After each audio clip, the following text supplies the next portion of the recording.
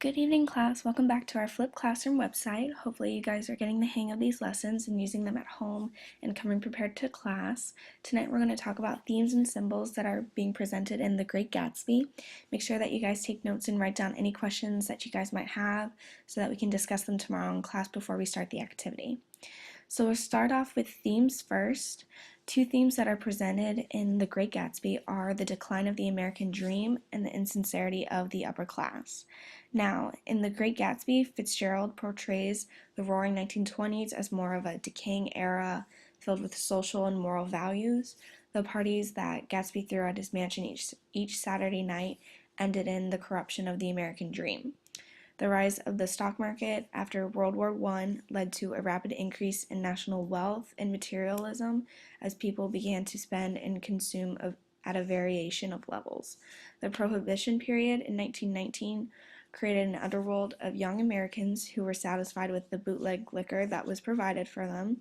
And so the American dream was supposed to be about discovery and the pursuit of happiness and individualism, but instead it was actually about money and social values and parties on the East Coast rather than what it was supposed to be originally for. And the second theme that was introduced in The Great Gatsby is the insincerity of the upper class.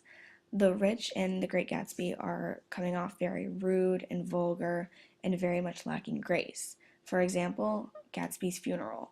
Instead of the Buchanans attending the funeral, they decide to leave and move to another property far away. Gatsby's qualities such as love and loyalty have led to his death, whereas the Buchanans' qualities of being selfish and dishonest allow them to be able to remove themselves from the drama that had happened psychologically and physically. And like I said in the beginning of this lecture, make sure that you guys are writing down any questions that you might have that I can answer you tomorrow during class. Now, let's move on to symbols in the novel. There are three huge symbols that are present in the novel: the green light, the Valley of Ashes, and the eyes of Dr. T.J. Eckelberg. I want you guys to pause the video and think of some abstract ideas of what those symbols could represent in the novel for a minute, and then press play again.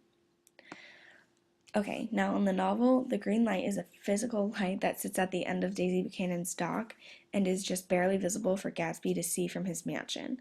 Gatsby associates the green light to reaching towards the darkness and the light guiding him through it to his goal. Nick associates the light with America rising out of the water and how early settlers must have looked at it when they arrived.